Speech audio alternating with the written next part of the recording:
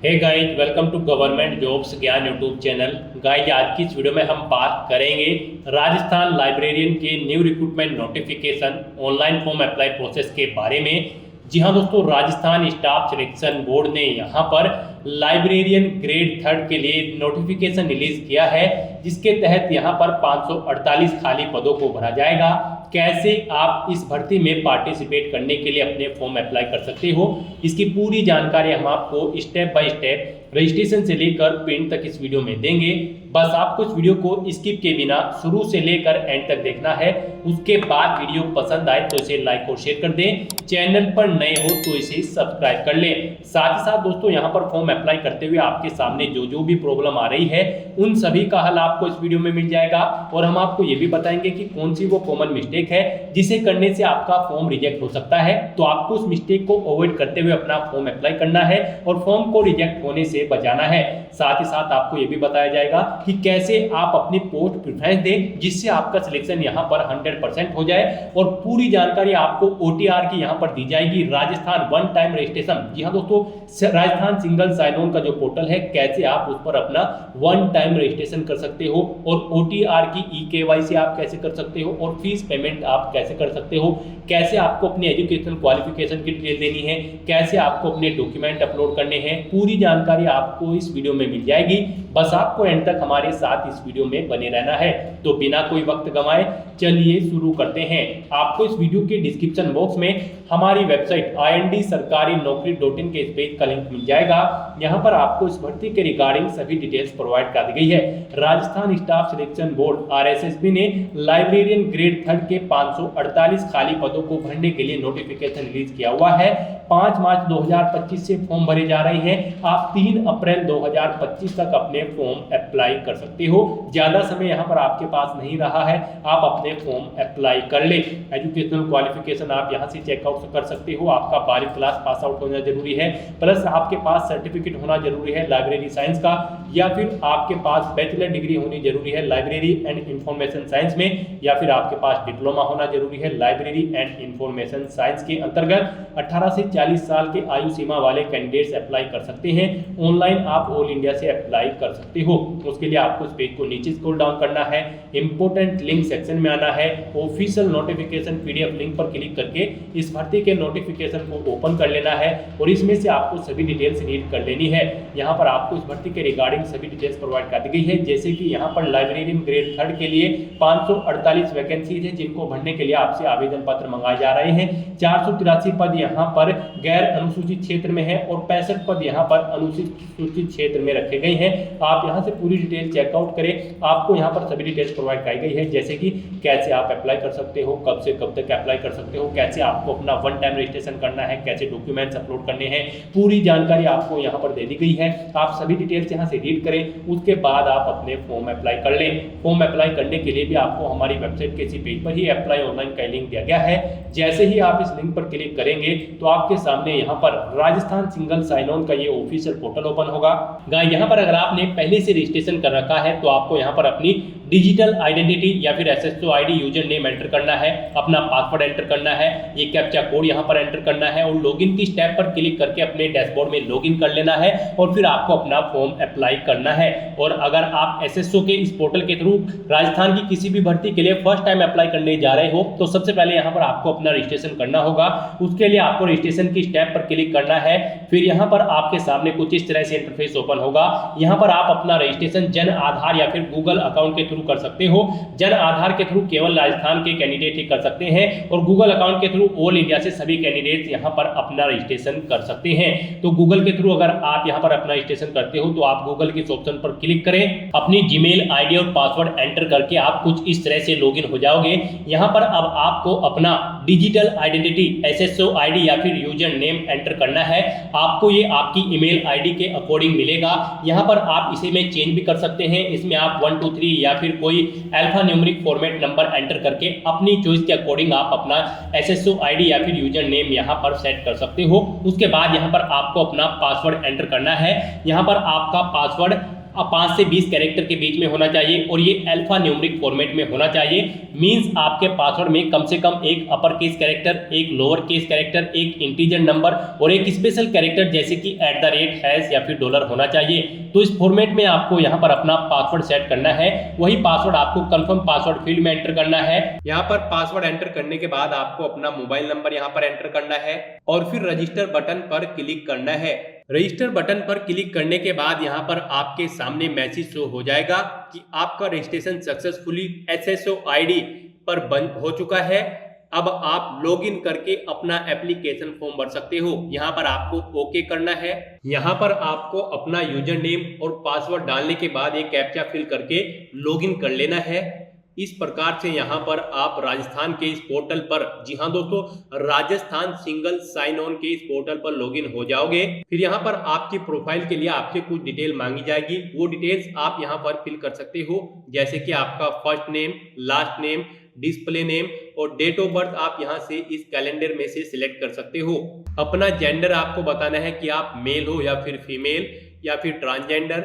उसके बाद आपको अपना मोबाइल नंबर यहाँ पर एंटर करना है। उसके बाद आप अपना मोबाइल नंबर यहाँ पर एंटर करके उसको वेरीफाई कर सकते हो। ईमेल आईडी अगर आपको चेंज करनी है वो आप यहाँ से चेंज कर सकते हो। अपना टेलीफोन नंबर आपको यहाँ पर प्रोवाइड कराना है। उसके बाद आपको अपना पोस्टल एड्रेस यहाँ पर एंटर करना है, पोस्टल कोड उसके बाद आपको एंटर करना है। फिर अपना सिटी या डिस्ट्रिक्ट यहाँ पर बताना है। फिर आपको यहाँ से अपना स्टेट सिलेक्ट करना है। उसके बाद अगर आपके पास कोई आपकी बहामास आईडी या फिर इनरोलमेंट आईडी है वो यहाँ पर एंटर करके आप फैच कर सकते हो। ऐसे ही आप अपनी जन आधार आईडी या इनरोलमेंट आईडी यहाँ पर डालकर उसे फैच कर सकते हो। अदरवाइज आपको यहाँ पर अपना आधार नंबर वैलिडेट करना है। यहाँ पर आप अपना आधार नंबर डाल सकते हो और पूरी डिटेल यहाँ पर फिल करने के बाद आपको अपडेट बटन पर क्लिक करना होगा। इस तरह से यहाँ पर आपकी प्रोफाइल अपडेट हो जाएगी। प्रोफाइल अपडेट करने के बाद आपको यहाँ पर सिटीजन एप्स में जाकर रिक्रूटमेंट पोर्टल पर क्लिक करना है। यहाँ पर आपके सामने रिक्रूटमेंट पोर्टल ओपन हो जाएगा। सबसे पहले यहाँ पर आपको अपने डैशबोर्ड में वन टाइम रजिस्ट्रेशन लिंक पर क्लिक करके अपना रजिस्ट्रेशन कर लेना है। यहाँ पर आपको अपनी qualification details, personal details, communication details, domicile details और एडिशनल कैटेगरीज की डिटेल्स प्रोवाइड कराने के बाद अपना रजिस्ट्रेशन कर लेना है। यहाँ पर वन टाइम रजिस्ट्रेशन में आपसे सबसे पहले पूछा गया है कि आप राजस्थान रेजिडेंस कैंडिडेट हो या फिर नहीं। यस या नो आपको चूज करना है। अगर आप राजस्थान से हो तो आपको यस सेलेक्ट करना है, अदरवाइज आपको नो सेलेक्ट करना है। उसके बाद यहाँ पर आपको अपना आधार नंबर एंटर करना है। आधार नंबर एंटर करने के बाद आपको यहाँ पर सेंड OTP बटन पर क्लिक करना है। एक OTP आपके रजिस्टर्ड मोबाइल नंबर पर आ जाएगा। वो OTP यहाँ पर आपको एंटर करके ऑथेंटिकेट करना है, वेरीफाई करना है। फिर ये OTP आपको यहाँ पर डालकर वेरीफाई कर लेना है, ओके करना है। इस प्रकार से यहाँ पर आपका आधार नंबर वेरीफाई हो चुका है। उसके बाद यहाँ पर आपका candidate name, gender, father name, date of birth automatically Aadhaar card से फैच करके उठा ली गई है। उसके बाद यहाँ पर आपको अपना मोबाइल नंबर एंटर करना है। फिर आपको यहाँ पर अपनी ईमेल आईडी एंटर करनी है। ये ईमेल आईडी आप SSO प्रोफाइल से उठा सकते हैं फैच करके, जो आपने रजिस्ट्रेशन के टाइम प्रोवाइड कराई थी। उसके बाद यहाँ पर आपको वेरीफाई OTR करना है और फिर आपको फाइनल सबमिट बटन पर क्लिक करना है। एक OTP यहाँ पर आपके मोबाइल नंबर पर आएगा। एक बार फिर से आपको उसे कंफर्म कर देना है। OTP आपका वेरीफाई हो जाएगा। ओके बटन पर आपको क्लिक करना है। अब आपको यहाँ पर एक रजिस्ट्रेशन नंबर प्रोवाइड करा दिया गया है। इस रजिस्ट्रेशन नंबर को आपको नोट कर लेना है या फिर आप इसका स्क्रीनशॉट लेकर भी रख सकते हो। फ्यूचर यूज के लिए आपको इस रजिस्ट्रेशन नंबर को नोट कर लेना है। नेक्स्ट स्टेप में आपको अपनी एजुकेशनल क्वालिफिकेशन की डिटेल यहाँ पर एंटर करनी है। सबसे पहले यहाँ पर आपको अपनी 10th क्लास की डिटेल प्रोवाइड करानी है कि कौन से बोर्ड से आपने अपनी 10th क्लास पास की है। वो यहाँ पर सिलेक्ट करने के बाद आपको यहाँ पर नोट एप्लीकेबल करना है। सब्जेक्ट ग्रुप आपको यहाँ पर नोट एप्लीकेबल करना होगा। उसके बाद आपको यहाँ पर पासिंग ईयर बताना है कि कौन से साल में आपने अपनी क्लास पास की थी। उसके बाद यहाँ पर आपको अपना रोल नंबर एंटर करना है। उसके बाद आप रोल नंबर एंटर करने के बाद डेटा फेच कर सकते हो। अदरवाइज आप यहाँ पर आगे की फील्ड्स में रिजल्ट आपका क्या था, जैसे कि परसेंटेज में था, ग्रेड में था, वो आप यहाँ पर सिलेक्ट करके अपने मैक्सिमम मार्क्स यहाँ पर एंटर करने हैं। उसके बाद आपको यहाँ पर ऑब्टेन मार्क्स बताने हैं कि कितने मार्क्स आपने ऑब्टेन किए थे। परसेंटेज यहाँ पर आपकी ऑब्टेन मार्क्स के अकॉर्डिंग ऑटोमेटिकली फिल हो जाएगी। आपको यहाँ पर अपना रोल नंबर एंटर कर देना है। उसके बाद आपको ऐसे ही सीनियर सेकेंडरी क्लास की डिटेल फिल करनी है। सबसे पहले यहाँ पर आपको अपना बोर्ड सिलेक्ट करना है। उसके बाद आपको यहाँ पर अपना सब्जेक्ट सिलेक्ट करना है कि आपके पास एग्रीकल्चर, आर्ट, कॉमर्स, साइंस जो भी था आप यहाँ से सिलेक्ट कर सकते हो। उसके बाद आपको यहाँ पर अपना पासिंग ईयर बताना है, कौन सी साल में आपने 12th क्लास पास की है। उसके बाद आपको अपना रोल नंबर एंटर करना है। उसके बाद यहाँ पर आपको अपना रिजल्ट बताना है कि आपकी परसेंटेज में रिजल्ट आया था या फिर ग्रेड में। उसके बाद आपको यहाँ पर टोटल मार्क्स बताने हैं 12th के कि कितने में से कितने मार्क्स आपके आए थे। परसेंटेज यहाँ पर आपके सामने ऑटोमेटिकली निकल कर आ जाएगी। उसके बाद यहाँ पर आपको ऐसी अपनी ग्रेजुएशन, पोस्ट ग्रेजुएशन या फिर डिप्लोमा या फिर आपके पास अगर कोई अदर क्वालिफिकेशन है उसकी डिटेल एंटर करके सेव एंड नेक्स्ट बटन पर क्लिक करना है। यहाँ पर आपकी एजुकेशनल डिटेल सक्सेसफुली अपडेट हो चुकी है। एक बार फिर से आपको ओके करना है। अब आपको यहाँ पर अपनी पर्सनल डिटेल्स एंटर करनी है। यहाँ पर आपको अपना नाम हिंदी में टाइप करना है इस कीबोर्ड के जरिए, या फिर आप इसको कैंसिल भी करके खाली भी छोड़ सकते हो। फादर का नाम भी आपको यहाँ पर हिंदी में एंटर करना है, या फिर आप इस कॉलम को खाली भी छोड़ सकते हो। मदर का नेम आपको यहाँ पर इंग्लिश में एंटर करना है और फिर यहाँ पर हिंदी में एंटर करना है, या फिर आप इस कॉलम को खाली भी छोड़ सकते हो। इसके बाद आपको अपना मैरिटल स्टेटस बताना है कि आप मैरिड हो या फिर अनमैरिड। अगर मैरिड हो तो यहाँ पर आपको अपनी वाइफ का नाम, अगर आप फीमेल यहाँ पर अप्लाई कर रहे हैं तो आपको यहाँ पर अपने हस्बैंड का नाम सपोज नेम में एंटर करना होगा। अगर आप मैरिड हो तो यहाँ पर आपको अपना सपोज नेम हिंदी में एंटर करना पड़ेगा और फिर मैरिज रजिस्ट्रेशन नंबर भी आपको यहाँ पर एंटर करना पड़ेगा। अगर आप अनमैरिड हो तो आपको यहाँ पर ये कॉलम फिल नहीं करने हैं, ऑटोमेटिकली ये डिसेबल्ड कर दिए जाएंगे। और अगर यहाँ पर आपके बच्चे हैं तो कितने बच्चे हैं आपको यहाँ पर एंटर करना होगा। उसके बाद यहाँ पर आपको कैटेगरी सिलेक्ट करनी है कि आप जनरल कैटेगरी से हो या फिर SC, ST, OBC, आप अपने अकॉर्डिंग यहाँ से चूज कर सकते हो।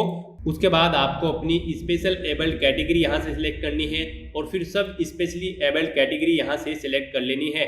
अगर यहाँ पर आप नॉट एप्लीकेबल सेलेक्ट करते हो तो आपको यहाँ पर सब स्पेशली एबल्ड कैटेगरी का ये बॉक्स यहाँ पर डिसेबल्ड कर दिया जाएगा। उसके बाद यहाँ पर आपको अपना रिलीजन सिलेक्ट करना है कि आप बुद्धिस्ट हो, हिंदू, जैन, अदर, सिख, मुस्लिम, आप अपने अकॉर्डिंग यहाँ से सिलेक्ट कर सकते हो। उसके बाद यहाँ पर आपको बताना है कि आपकी बॉडी पर कहीं कोई चिन्ह है तो आप यहाँ पर उसको एंटर कर सकते हो, जैसे कि कोई कट का निशान या फिर किसी तिल का निशान, वो आपको यहाँ पर एंटर करना है।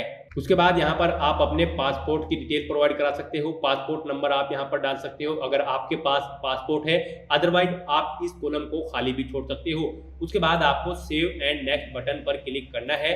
इस तरह से यहाँ पर आपकी पर्सनल डिटेल फिल हो जाएगी, फिर आपको ओके करना है। उसके बाद यहाँ पर आपको अपनी कम्युनिकेशन डिटेल्स एंटर करनी है। सबसे पहले यहाँ पर आपको अपनी अल्टरनेटिव ईमेल एंटर करनी है अगर आपके पास है।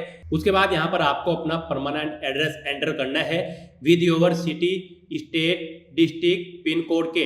परमानेंट एड्रेस एंटर करने के बाद यहाँ पर आपको अपना कोरोस्पोंडेंस एड्रेस एंटर करना है। अगर आपका कोरोस्पोंडेंस एड्रेस परमानेंट एड्रेस से अलग है तो यहाँ पर आप मैन्युअली फिल कर सकते हो, और अगर आपका परमानेंट एड्रेस और कोरोस्पोंडेंस एड्रेस सेम है तो बस आपको यहाँ पर सेम एज अबव इस चेक बॉक्स को क्लिक करना है। यहाँ पर ऑटोमेटिकली आपका परमानेंट एड्रेस ही फिल हो जाएगा। फिर आपको सेव एंड नेक्स्ट बटन पर क्लिक करना है। यहाँ पर आपकी कम्युनिकेशन डिटेल सक्सेसफुली सेव हो चुकी है, आपको ओके करना है। कम्युनिकेशन डिटेल प्रोवाइड कराने के बाद आपको अपनी डोमिसाइल डिटेल्स यहाँ पर फिल करनी है। यहाँ पर आपसे सबसे पहले पूछा गया है कि आप TSP एरिया से बिलोंग करते हो या फिर सहारिया से या फिर नन। आपको इनमें से अपने अकॉर्डिंग किसी भी एरिया को सिलेक्ट कर लेना है। उसके बाद आपको अपनी नेशनलिटी बतानी है कि आप इंडियन हो, भूटान हो या फिर नेपाल से हो। उसके बाद आपको यहाँ पर अपना होम स्टेट सिलेक्ट करना है। अगर आप यहाँ पर TSP एरिया सिलेक्ट करते हो तो यहाँ पर आपके सामने केवल राजस्थान स्टेट का ऑप्शन आएगा। TSP एरिया में केवल राजस्थान स्टेट यहाँ पर आता है। अगर यहाँ पर आप नन सिलेक्ट करते हो तो यहाँ पर इंडियन सिलेक्ट करने के बाद आपके सामने इंडिया के बाकी के सब स्टेट भी शो हो जाएंगे। आप अपने अकॉर्डिंग यहाँ से अपना स्टेट चूज कर सकते हो। उसके बाद आपको अपना डिस्ट्रिक्ट सिलेक्ट करना है कि कौन से डिस्ट्रिक्ट से आप बिलोंग करते हो। होम डिस्ट्रिक्ट सिलेक्ट करने के बाद आपको अपनी तहसील या सिटी बतानी है, अगर यहाँ पर इस पॉपअप लिस्ट में शो होगा, अदरवाइज आपको इसे खाली छोड़ देना है। फिर उसके बाद आपको यहाँ पर बताना है कि क्या आप इंडिया में किसी अदर कंट्री से सेटल हुए हो, तो आपको यस या नो यहाँ पर सिलेक्ट करना है। उसके बाद अगर आप यहाँ पर यस सिलेक्ट करते हो तो यहाँ पर उस कंट्री का नाम आपको सिलेक्ट कर लेना है, और अगर आप यहाँ से नो सिलेक्ट करते हो तो आपको यहाँ पर कुछ भी सिलेक्ट नहीं करना पड़ेगा फ्रॉम विच कंट्री सेक्शन में। बस उसके बाद आपको सेव एंड नेक्स्ट बटन पर क्लिक करना है। तो यहाँ पर आपकी डोमिसाइल की डिटेल सक्सेसफुली सेव हो चुकी है, आपको ओके करना है। डोमिसाइल डिटेल प्रोवाइड कराने के बाद आपको अपनी एडिशनल कैटेगरीज की डिटेल्स यहाँ पर एंटर करनी है। सबसे पहले यहाँ पर आपसे पूछा गया कि क्या आप ई एक सर्विसमैन हो, अगर हो तो आपको यस करना है, अदरवाइज आपको नो सिलेक्ट करना है। यस अगर यहाँ से आप सिलेक्ट करते हो तो आपको अपना पीपीओ नंबर यहाँ पर एंटर करना है, और उसके बाद यहाँ पर आपसे पूछा गया कि क्या आप कोई स्पोर्ट पर्सन है, यस या नो आप अपने अकॉर्डिंग सिलेक्ट कर सकते हो। स्पोर्ट कोटा में अगर आप यस सिलेक्ट करते हो तो आपको बताना होगा उसके बाद कि आप डिस्ट्रिक्ट लेवल के स्पोर्ट पर्सन हो या फिर स्टेट या फिर नेशनल या फिर इंटरनेशनल, आप अपने अकॉर्डिंग यहाँ से यस या नो सेलेक्ट कर सकते हो। उसके बाद अगर आप एनसीसी कैडेट इंस्ट्रक्टर हो तो आपको यहाँ से सिलेक्ट कर लेना है यस या फिर नो। इस तरह से यहाँ पर आपको अपने अकॉर्डिंग यस या नो सेलेक्ट कर लेना है, और फिर सेव एंड नेक्स्ट बटन पर क्लिक करना है। यहाँ पर आपकी एडिशनल कैटेगरी सेव हो चुकी है सक्सेसफुली, आपको ओके करना है। तो इस तरह से यहाँ पर आपका वन टाइम रजिस्ट्रेशन यानी कि OTR सक्सेसफुली कंप्लीट हो चुका है। आपका वन टाइम रजिस्ट्रेशन कंप्लीट होने के बाद फिर आपको यहाँ पर ऑनगोइंग रिक्रूटमेंट सेक्शन में रिडायरेक्ट कर दिया जाएगा। यहाँ पर आने के बाद आपको librarian grade 3 direct recruitment 2024 RSSB के सामने आपको गाइड अप्लाई नाउ के इस लिंक पर क्लिक कर देना है। गाइड यहाँ पर अगर आपने अभी तक अपना वन टाइम रजिस्ट्रेशन की जो फीस है वो पे नहीं की है तो आपको पहले वो पे करनी होगी। उसके लिए आपको ओके करना है, वन टाइम रजिस्ट्रेशन किस टैब पर क्लिक कर देना है। उसके बाद आपके सामने कुछ इस तरह से इंटरफेस ओपन होगा। यहाँ पर आपको पे फी ऑप्शन पर क्लिक करना है। उसके बाद आपसे पूछा गया कि क्या आप राजस्थान रेजिडेंट के कैंडिडेट हैं, अगर हैं तो यस करें, नहीं है तो आप नो ऑप्शन सिलेक्ट करें। उसके बाद यहाँ पर आपको अपनी कैटेगरी सिलेक्ट करनी है। उसके बाद आपसे पूछा गया कि क्या आप स्पेशली एबल्ड कैंडिडेट हैं, अगर हैं तो यस करें, नहीं तो नो ऑप्शन सिलेक्ट करें। गाइड यहाँ पर हम आपको बता दें, यहाँ पर जनरल OBC कैंडिडेट को 600 रुपये वन टाइम रजिस्ट्रेशन फीस के रूप में जमा कराने हैं। OBC NCL कैंडिडेट को 400 रुपये, SC ST कैंडिडेट को भी 400 रुपये यहाँ पर फीस के रूप में जमा कराने हैं। तो यहाँ पर अब आपको पे फीस के ऑप्शन पर क्लिक करना है, ओके करना है, और फिर यहाँ पर आपको फीस पेमेंट के इंटरफेस पर डायरेक्ट किया जाएगा। यहाँ पर आप नेट बैंकिंग, एग्रीगेटर या फिर QR कोड के थ्रू अपना फीस पेमेंट कर सकते हो। QR कोड पेमेंट ऑप्शन आपके लिए बेस्ट रहेगा, आप इस ऑप्शन पर क्लिक करें। फिर यहाँ पर फोन पे ऑप्शन सेलेक्ट करें, पे नाउ पर क्लिक करें। उसके बाद आपके सामने कुछ इस तरह से इंटरफेस शो होगा। गाइस यहाँ पर आप शो कोड इस ऑप्शन पर क्लिक करें, इस बारकोड को स्कैन करें और अपना फीस पेमेंट कर दें। सक्सेसफुली फीस पेमेंट करने के बाद यहाँ से आप अपने एप्लीकेशन फीस पेमेंट की एक रिसीट भी डाउनलोड कर सकते हो फ्यूचर यूज के लिए। और फीस पेमेंट करने के बाद आपको यहाँ पर अपना OTR E-KYC करना होगा। आप OTR E-KYC के इस ऑप्शन पर क्लिक करें। उसके बाद यहाँ पर आपको इन इंस्ट्रक्शंस को रीड करना है। गाइस यहाँ पर आपको अपना लाइव फोटो कैप्चर करना है। उसके लिए आप इस चेकबॉक्स को ओके करें, टेक फोटो ऑप्शन पर क्लिक करें और अपना लाइव फोटो यहाँ पर कैप्चर कर लें। गाइस यहाँ पर कैंडिडेट के सामने लाइव फोटो कैप्चर करते हुए कुछ प्रॉब्लम फेस हो रही होगी। हम आपको बता दें यहाँ पर हर 5 सेकंड के टाइमर के पश्चात अभ्यर्थी को अपनी पलक 2-3 बार झपकानी है। यदि आपकी फोटो बंद आंखों के साथ कैप्चर हुई होगी तो आपको दोबारा से अपना फोटो कैप्चर कर लेना है। फोटो कैप्चर करते समय कैंडिडेट को यहाँ पर सीधा कैमरे की तरफ देखना है, और यदि आप चश्मे का इस्तेमाल करते हो तो आपको अपना फोटो चश्मे के साथ ही यहाँ पर खिंचवाना है। और जब यहाँ पर आप अपना फोटो कैप्चर करेंगे तो वहां पर जहां पर आप अपना फोटो कैप्चर कर रहे हैं उस कमरे में पर्याप्त रोशनी होनी चाहिए। आपका फोटो यहाँ पर अंधकार में नहीं होना चाहिए। जब तक आपका फोटो यहाँ पर स्पष्ट नहीं होगा तब तक आप बार बार अपना फोटो कैप्चर कर सकते हैं। लेकिन अगर एक बार OTP के माध्यम से आपने वेरिफिकेशन कर लिया, फाइनल सबमिट कर दिया, उसके बाद आप अपना फोटो कैप्चर नहीं कर पाओगे। तो दोस्तों इन चीजों को ध्यान में रखते हुए आप अपना फोटो कैप्चर कर सकते हो। उसके बाद यहाँ पर आपको अपना hand written specimen document upload करना है।